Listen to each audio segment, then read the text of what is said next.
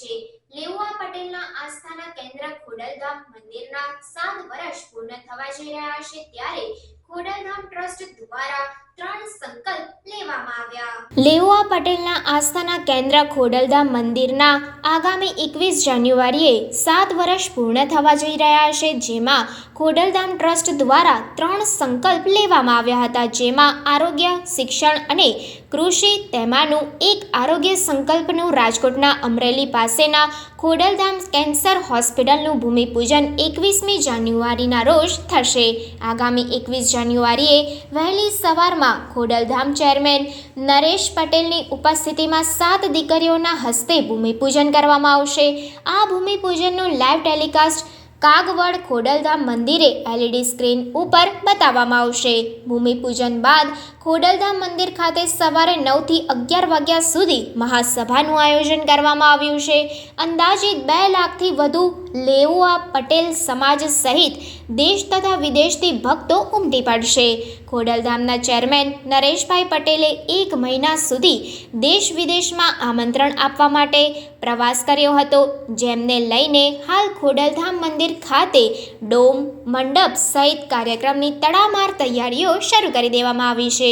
21મી જાન્યુઆરીએ પાર્કિંગથી લઈને મંદિર અને કાર્યક્રમ સ્થળ સુધી 3 થી 4 હજાર જેટલા સ્વયંસેવકો ખડે પગે રહેશે।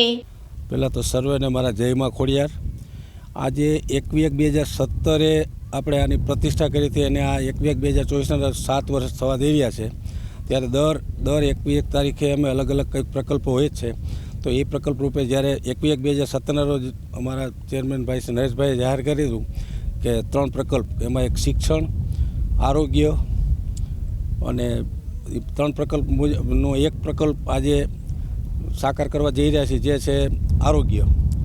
આરોગ્ય અત્યારે આરોગ્યમાં કેન્સર હોસ્પિટલનું ભૂમિપૂજન કરવા રાજકોટથી 20 કિલોમીટર નજીક અમરેલી ગામ છે, ત્યાં 50 એકર જમીન ખરીદી છે અને એમાં 21/2024ના રોજ ખોડલધામ કાગવડથી વર્ચ્યુઅલ આપણે એનું ભૂમિપૂજન કરવા જઈ રહ્યા છીએ। ત્યારે આ બધા મહાપ્રોગ્રામમાં વધુમાં વધુ લોકો આવવાના છે અને અહીંથી જ અમે સીધા ત્યાંથી લાઈવ ભૂમિપૂજન કરશું અને અહીંયા એક મહાપૂજનનું આયોજન કરેલ છે અને લગભગ અંદાજે 3 થી 4 હજાર સ્વયંસેવકોની વ્યવસ્થા સાથે અને અત્યારે આખા ગ્રાઉન્ડમાં આ એના 21/2024ના ભાગરૂપે એની તૈયારીઓ ફૂલ ઝડપે તૈયારીઓ થઈ રહી છે।